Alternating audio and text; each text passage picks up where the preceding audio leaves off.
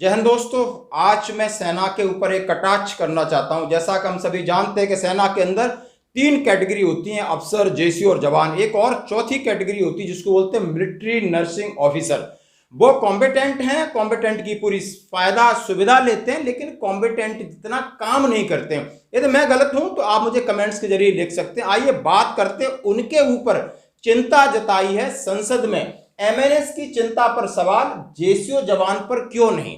यानी military nursing अफसर की चिंता कर सवाल हैं, बहुत सारे सवाल। रक्षा मंत्री ने दिए जवाब, आपके साइड में देख सकते हो, हिंदी में और अंग्रेजी में।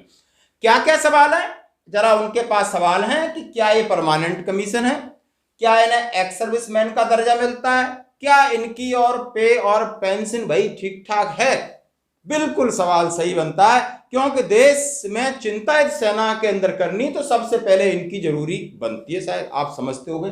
लेकिन ये नहीं उनको पता, सवाल करने वालों को, ये एक कमीशन अधिकारी के बराबर इनका पे, इनके अलाउंसेस, इनकी फैसिलिटीज, इनका मैसेज और मिलिट्री सर्विस पे यानी खतरा 10,800 रुपए का मिलता है। और अफसर को 15,000, आप समझते हो, 15,200, 5,200, 15,500 अफसर का, एमएनएस का 10,800 और जेसीयू जवान को इकट्ठा कर दिया यहां पर, और इनको मिलता है 5,200। क्यों? सबसे ज्यादा खतरा जवान को, सबसे ज्यादा रिस्क जवान को, सबसे ज्यादा डिस्टरबेंस जवान को, और मिलिट्री सर्विस पे इन्हीं चीजों के कंटेंट से मिलकर बना है कि रिस्क, खतरा, डिस्टरबेंस। तो डिस्टरबेंस के हिसाब से भी जवान हमारा मिलिट्री नर्सिंग अफसर के भी नीचे आता है, इन्हें शायद ज्यादा खतरा है। बुरा लगेगा, ऑफकोर्स बात ही ऐसी है। अभी जवानों की जो मांगे हैं, चाहे वन रैंक वन पेंशन, जो रिटायरीज हैं, भेड़ बकरियों जैसे घूम रहे हैं। ईसीएचएस में चले जाओ, सीएसडी में चले जाओ, आप देख सकते हो नाम पर बहुत बड़े बड़े वादे, लेकिन जमीन पर कुछ का भी नहीं है। दुख होता है इस बात का। एक 60 साल का, 75 साल का एक ऑनरी कैप्टन जाता है, लाइन में लगा ईसीएचएस का रजिस्ट्रेशन कराने के लिए, आगे 100 बंदे खड़े हैं, वो एक बैंक पकड़ के खड़ा, उसको ये सुविधा नहीं दी गई कि कहीं जाकर के बैठ करके इज्जत से अपना रजिस्ट्रेशन करा सके और मेडिकल सुविधा उठा सके। ऐसी मेडिकल सुविधा का क्या मतलब है।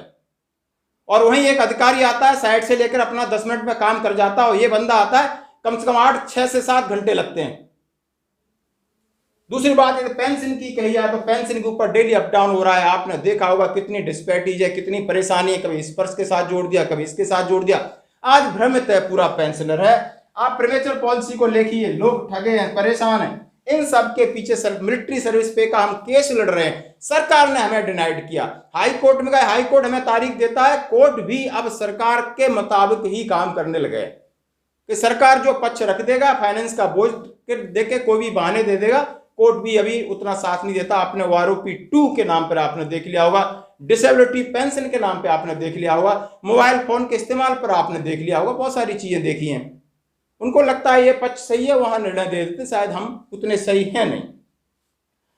अभी इनका काम पे बात आया, अंडर सुपरविजन ऑफ डॉक्टर, यानी आर्मी मेडिकल अफसर के नीचे जो भी प्रिस्क्राइब की हुई मेडिसिन को मरीज तक देना। सेम नर्सिंग असिस्टेंट ये कितनी तनख्वाह लेता है, 30 से 35 हजार, वो भी काम करता है, और ये 1 लाख के आसपास, अब जैसा इनका ग्रेड है, लेफ्टिनेंट, कैप्टन, मेजर, उस हिसाब से लेती है।